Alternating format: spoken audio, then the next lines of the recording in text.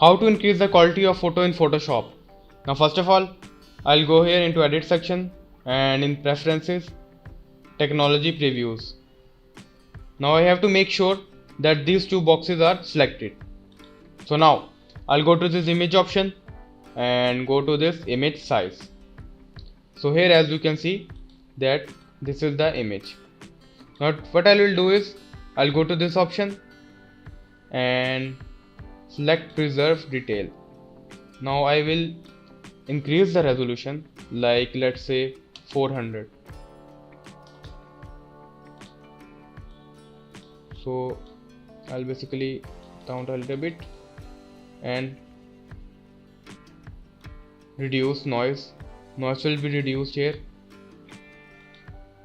Don't go too much further because it will make it fake.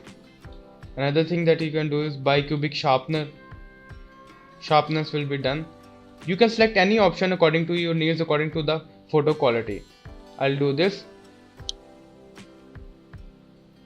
So it will make it better.